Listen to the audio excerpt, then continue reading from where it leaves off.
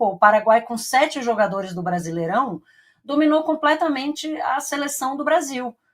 Foi a mesma coisa na Copa América. A gente olhava a Colômbia, a gente olhava várias seleções, o próprio Paraguai lá também, várias seleções com jogadores do Campeonato Brasileiro amassando a seleção brasileira, amassando a nossa seleção que tem um trio de ataque do Real Madrid, né, que tem jogadores, né, do mais alto nível, atuando inclusive nos grandes clubes, também ali um pouco mais na periferia, mas também nos grandes clubes europeus.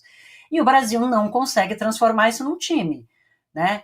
Eu continuo achando, se a gente pegar o Botafogo num bom dia, o Palmeiras, o Fortaleza, o Flamengo, joga mais do que essa seleção jogou. Né? Nenhum desses times que eu falei aí nas suas melhores atuações do campeonato teriam perdido do Paraguai e teriam feito uma atuação tão medíocre contra o Equador. E o Brasil não está conseguindo transformar esses jogadores numa seleção. Continua esse catado aí, essa coisa horrorosa que a gente está vendo.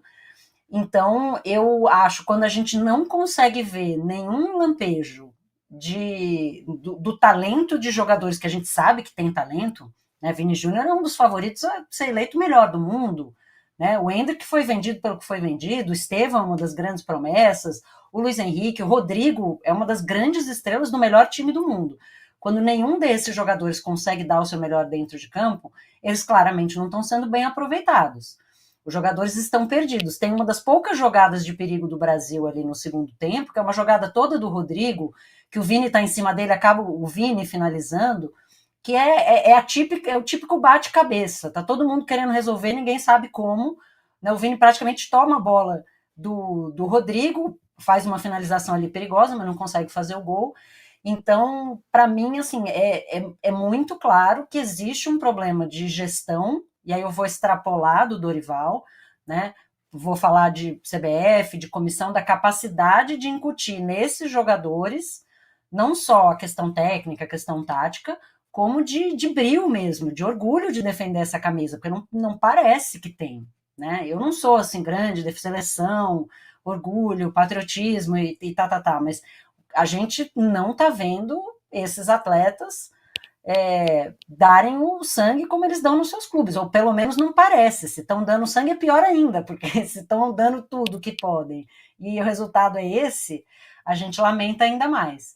Mas claramente tem um problema sério e qualquer ressalva que a gente pudesse fazer ao Dorival e, né, entender que trabalho, nananã, começo, precisamos esperar, acabou na hora que ele começou a falar em final de Copa do Mundo. Aí ele perdeu o direito à ressalva e se abriu para todo tipo de crítica, especialmente apresentando esse futebol com essas últimas 2 horas da nossa vida que a gente não vai poder reaver, infelizmente. O Rosa falou, né, o que aconteceu nessas 2 horas. A única coisa boa que aconteceu nessas 2 horas foi a Kamala Harris jantando o Trump no debate americano, que estava muito melhor do que o jogo da seleção, né, Olha, nos eu quase momentos que eu mudei. consegui ligar lá Eu quase para mudei. assistir. Eu quase mudei. Eu pensei nisso também. Era uma das minhas alternativas, mas eu falei, eu não consigo ter 3, 4 telas. Mas sabe que na sexta-feira o Brasil, que jogou muito pouco contra o Equador, estava concorrendo com a NFL. Agora está concorrendo com o debate dos Estados Unidos. Está mal posicionado esses jogos da seleção brasileira. Porque o nosso entretenimento Brasil não está rolando, a gente fica ali convidado a acompanhar outras coisas, né? A gente fica convidado, o Brasil é um convite a mudar de canal. Essa é a grande verdade. Agora, Rosa, indo na esteira do que disse a Alicia, como é que a gente consegue avaliar, que tipo de explicação a gente tem quando a gente percebe que os jogadores que atuam no melhor time do mundo, do Real Madrid, em grandes cenários, quando se juntam no Brasil, jogador de Premier League, jogador do Real Madrid, jogador que está lá no topo da Europa, eles se juntam no Brasil e vão muito pior do que jogadores que atuam no Brasil. Como a Alicia disse, o Paraguai com 7 jogadores jogando no futebol brasileiro. A gente cita vários titulares, o Virassante do Grêmio, o Bobadilha do São Paulo, o Júnior Alonso do Galo, o centroavante, o Isidro Pita do Cuiabá, e assim vai. O Catito que é reserva Que também não do jogou o Gatito, né? Botafogo. O Gatito não jogou, né? Jogou? Ele não jogou. Não, sim. Ele Jogou, não mas não jogou. jogou. Ele fez uma grande defesa naquele chute do Vini no segundo tempo, cruzado. Ali foi uma boa defesa, que o Vini driblou da esquerda para o meio e bateu.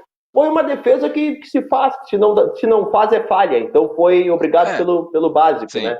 Mas enfim, sim. que explicação que a gente encontra para isso, Rosa? Por favor, me salva, me ajuda. Eu também tô pedindo socorro também, Marinho, mas assim, a gente também percebe assim que existem várias pessoas falando e eu começo a crer que assim, esses jogadores, por exemplo, Vinícius Júnior, Rodrigo, o Endrick que tá chegando lá agora, eles funcionam num tipo de engrenagem que o time acaba jogando para eles, entendeu? Se você vê assim, o jeito que o Real Madrid joga, por exemplo, o Real Madrid joga um pouco guardadas as devidas proporções, amigo internauta. É o jeito que o Paraguai jogou no segundo tempo.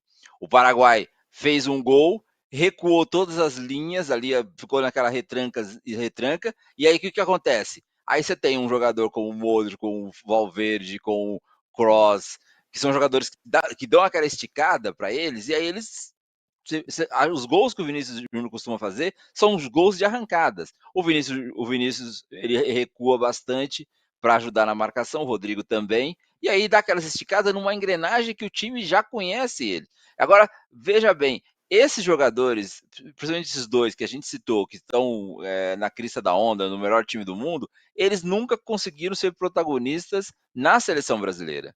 Tanto protagonistas como tecnicamente falando, como de liderança. Esses jogadores, eles não conseguem, assim, você não vê na cara do Vinícius Júnior um líder, um cara que de repente num jogo desse que a seleção tá jogando muito mal, ele vai chamar esse responsabilidade, taca a bola em mim. Houve momentos que eu ficava olhando ali, aí até o próprio Júnior falou, e eu tava pensando, dobra a marcação para cima dele e não chega ninguém para ajudá-lo. Não chega ninguém para fazer aquela famosa tabelinha. E aí o Brasil, aí passa um pouco pelo Dorival. Se você for perceber, depois no segundo tempo, quando o Paraguai recuou muito, armou aquela retranca, quem estava com a bola mais eram os zagueiros. O Gabriel, eu sempre confundo, Gabriel Magalhães e Bruno Guimarães, né? Gabriel Magalhães. Eu vim treinando, viu? Eu vim treinando. Gabriel Magalhães, ele deu um passe de esquerda assim e armou um contragolpe. Se era contra um Real Madrid da vida, aquilo ali o Vinícius Júnior entraria com. É que foi Elisandro Pita ali, tal, não são jogadores tão. E aí tem uma outra coisa também que a gente está falando desde todo o fim de papo, toda a live do Washington fala o seguinte: é diferente. O jogador paraguai, você viu como eles jogaram você viu como o Pita saiu extenuado. O brasileiro não tem mais aquela volúpia, não, eu tô na seleção brasileira, eu vou ralar, a gente tem dificuldade. Não, para eles é uma questão até burocrática. Me irrita muito o Endrick lá com a tiara, o Paquetá com aquela fitinha, e aí, sabe, eu acho que falta um pouco também daquele espírito de querer, de fazer a seleção brasileira. Não, gente, a situação nossa é ruim. O treinador falou, jogou uma bomba para cima de nós, a gente precisa agora correr, porque senão vai ferrar tudo. Aí o Danilo falou, olha, nós perdemos muito tempo, jogou responsabilidade para a CBF, falando que perdeu muito tempo, foram quase 2 anos perdidos, né? Já são quase 2 anos, vão para quase 2 anos. Agora em dezembro faz 2 anos que teve a Copa do Mundo. Realmente o Danilo tem razão, perdeu-se muito tempo, sabe? Três treinadores, uma convicção de nada, assim. E aí vem um treinador e fala uma coisa. Então, Marinho, a resposta é que nós não temos um fator único. Nós temos vários fatores. Eu acho que o principal, se eu for elencar, é treinador que não tem convicção do trabalho dele. Os outros treinadores também não tinham convicção, cada hora fazem uma ideia de jogo, e depois passa pelos jogadores. E aí tem um terceiro elemento que me assustou no primeiro tempo, aí eu estava meio distraído, aí o repórter da Globo falou, vocês viram o que o repórter falou sobre o jogo contra o Uruguai, que o Edinaldo falou para ele? Vamos jogar no Nordeste para fazer o Uruguai viajar mais. Como se o Uruguai viajasse mais e é impedido para o Uruguai jogar mal contra o Brasil, sabe? Então, assim, O uma Brasil está declaração procurando infeliz. altitude. O Brasil está procurando altitude.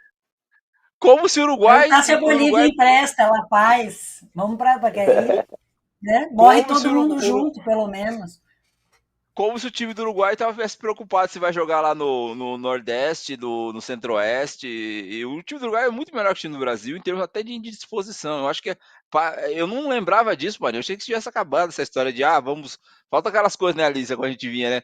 Furar o gramado, jogar água sanitária, né? Eu falei, gente, isso não existe mais Bola no futebol, murcha. gente. Pintar Bola o vestiário, pintar o Pintar o vestiário antes vestiário. do time, daquele tiro de tinta, vai dar Olha, atrapalhar. é como acho que o Renato Maurício Prado fala, né? É um 7-1 todo dia, gente. É um 7-1 todo dia. Vou jogar com o Uruguai no Nordeste para poder o Uruguai viajar mais. Olha, gente, então não tem um É só fator rir, único, Marinho. só rindo, né? Porque Não, senão a gente vai entrar em desespero aqui, vai entrar em depressão, né? exatamente, exatamente. E aí fica o povo brasileiro, e aí tem o quarto fator, o torcedor desanima, o torcedor abandona a seleção brasileira, o torcedor já tá preocupado mais, olha, amanhã vai ter mata-mata, e olha como é que vai ser a rodada do Campeonato Brasileiro. Essa é a preocupação do brasileiro hoje em dia, não ligar a televisão para ver a seleção brasileira para passar raiva. Porque tá difícil demais ver a seleção brasileira. Eu tô de olho no chat aqui da live, Alice. O pessoal tem comentado muito sobre troca de treinador. Eis que me vem na cabeça uma coisa. Se o Brasil já perdeu tempo demais, como disse o Danilo, sublinhou o Rosa, e é verdade. Naquela coisa de vem um treinador, fica o Ramon, vai vir o Ancelotti, não vem o Ancelotti, fica o Diniz, sai o Diniz. Se trocar de treinador de novo, não vai estar perdendo ainda mais tempo? A gente discutiu um pouquinho isso, a possibilidade de troca de comando técnico na sexta-feira, mas trocar de treinador não seria recomeçar e mais uma vez ter ali um tempo perdido para a seleção? Sem dúvida, Marinho, e acho que assim, a gente começa a chegar meio que num limite, né? Talvez o final desse ano seja o limite se você quiser considerar ainda uma nova troca. E essa troca constante, né, essa instabilidade dos últimos 2 anos, ela está se refletindo nos números. Né? Já passaram pela seleção nesse meio ciclo de Copa do Mundo praticamente o mesmo número de jogadores que passaram no ciclo anterior inteiro. Porque, claro, cada treinador tem, né, o seu grupo de jogadores que ele prefere, né, tem nomes que não se repetem, tem jogadores lesionados que vão sendo substituídos, tem vários fatores. Mas o que me preocupa em relação ao Dorival é que a gente não vê uma sequência de ideias nem dentro desse mini universo Dorival, esses 10 jogos do Dorival. Ele tinha uma ideia construída com o Pedro, aí perde o Pedro, ele muda tudo. Não tem centroavante fixo, então vou mudar tudo para botar o Luiz Henrique. Pô, tem o Endrick no banco, tem o João Pedro que entrou hoje, assim, tem soluções para você conseguir manter um esquema de jogo. Quando você joga cada partida com um esquema diferente, uma visão diferente, e você só tem, né, 2 jogos por vez, né, ou no caso da Copa América teve mais, mas enfim, você tem esses momentos picados, como é que você incute na cabeça do jogador como você quer que ele jogue? Se cada dia ele vai jogar de um jeito diferente, cada dia tem um esquema diferente. Né? Como é que você conquista o respeito e a confiança do jogador se você é o Endrick, por exemplo, e você vai bem naqueles 2 primeiros amistosos? Tem pouca chance na Copa América, praticamente só entra em roubada. Aí, tudo bem, vai ter uma oportunidade agora. Aí não é o Pedro. Aí o Pedro se machuca, não. Muda o esquema tático inteiro para não usar o Endrick. Aí vai para o jogo contra o Paraguai e o Endrick é titular. Então, assim, qual é a visão? Né? E isso, para mim, acaba influenciando muito no resultado final, porque a gente vê os jogadores perdidos em campo. E aí tem uma coisa que eu acho realmente muito difícil, é olhar, a gente olha a escalação, olha o campinho do Brasil, vai começar o jogo. Quem vai criar? Quem vai fazer a ligação entre a defesa e o ataque? Quem é o Modric do Brasil? Não tem esse cara que vai deixar o Rodrigo, o Vini na cara do gol. Não existe essa figura no Brasil. Né? E isso é uma coisa que a gente carrega desde o ano passado. Desde o Fernando Diniz já tinha ali, o meio campo do Brasil era um buraco, contra a Colômbia e contra o Uruguai foi jantado, muito por conta disso. E agora o Brasil enfrentando adversários muito mais fracos e sofrendo. e sofrendo. O Brasil tem 1 vitória e 4 derrotas nos últimos 5 jogos. O Brasil só não tem, nos últimos 5 jogos, uma campanha pior que a do Peru e do Chile, que são os 2 lanternas das eliminatórias. Então, eu sempre resisto à ideia de ficar trocando de treinador toda hora, mas se na próxima data FIFA o Brasil fizer apresentações desse nível, não acho que o Dorival tem lastro suficiente para se segurar. E se a pergunta é quem vem no lugar, nossa senhora, comecem aí o bolão, porque... não adianta a pauta, Alice, isso vem depois. Ó, já deixa aí para baixo, vou ficar pensando aqui enquanto o Rosa responde, eu vou ficar pensando o que eu vou dizer. Não, Alicia, na verdade, se a gente for pensar... Rosa, só um parênteses, a gente daqui a pouco vai plugar a coletiva do Dorival, então a gente vai chamar em seguidinha a coletiva da seleção. Então, só uma frase, por favor, Rosa, pra gente ir com o Dorival. Não, eu ia falar que, na verdade, não é de jogo a jogo. O Dorival muda o time, as convicções dele, de um tempo para o outro. Não é uma partida e outra. Ele já 4 vezes ele mudou, se a gente for pensar. Vai, Marinho, desculpe. Perfeito. Não, é só desculpa eu te interromper, porque a gente tem que colocar o Dorival Júnior falando. Vamos plugar a coletiva do Dorival para a gente acompanhar. Eu sinto, sou responsável por isso. Não quero aqui penalizar atleta nenhum. Eu acho que nós temos que trabalharmos e entendemos que nós precisamos de muito mais para que possamos chegar ao nível que todos queremos. Nós estamos buscando a todo custo. Não é simples, não é fácil, é trabalhoso, mas nós temos que intensificar para que encontremos rapidamente esse caminho. Dorival, aqui o Wellington Campos, da Rádio Itatiaia. O torcedor clama pelo Neymar. Qual é os seus planos com ele? Será que em outubro você consegue já ter o Neymar, ou novembro, ou só para o ano que vem? A gente pode fazer algum tipo de projeção? Pelo amor de Deus, não estamos convocando, não, só para dar uma resposta ao torcedor que gosta do futebol do Neymar, por favor. Eu acho que primeiro ele tem que retornar dentro do seu clube. Até então, não há como fazê-lo. É natural que nós estamos sempre em contato, tentando entender o momento do Neymar, torcendo aí pela sua recuperação. Agora nós temos que aguardar. Esse processo é um processo lento, moroso. Nós temos vários detalhes, mas eu prefiro que o clube passe todas essas informações, né? Nós as temos, mas não acho digno aqui ficar colocando uma situação de um atleta que seja de um clube que não esteja, nesse momento, à disposição do próprio clube. Então, nós temos que ter esse cuidado. Dorival, boa noite, tudo bem? Conversando com alguns jogadores após o jogo, eles detectam que um dos problemas para não se atingir o entrosamento, o conjunto, a quantidade de jogadores novos que vem surgindo a cada convocação. A gente sabe que isso acontece também em função das lesões. Nessa data FIFA houve o corte do Éder, houve o corte do Pedro.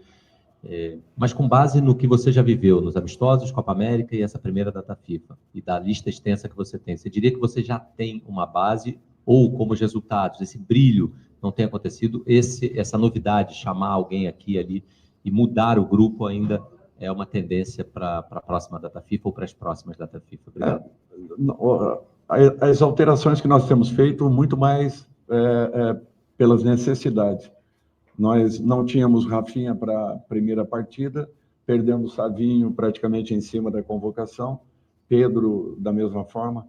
Então, assim, alguns jogadores seriam mantidos, outros, naturalmente, com uma característica um pouco diferente, vindo para esse momento.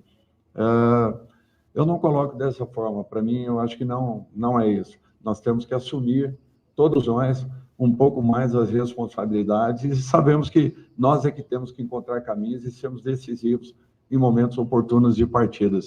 Eu acho que nós começamos a partida bem, tendo o controle do jogo até o momento que tomamos o gol, nos perdemos muito naquele instante e atravessamos praticamente o primeiro tempo sem nos aproximarmos do gol adversário.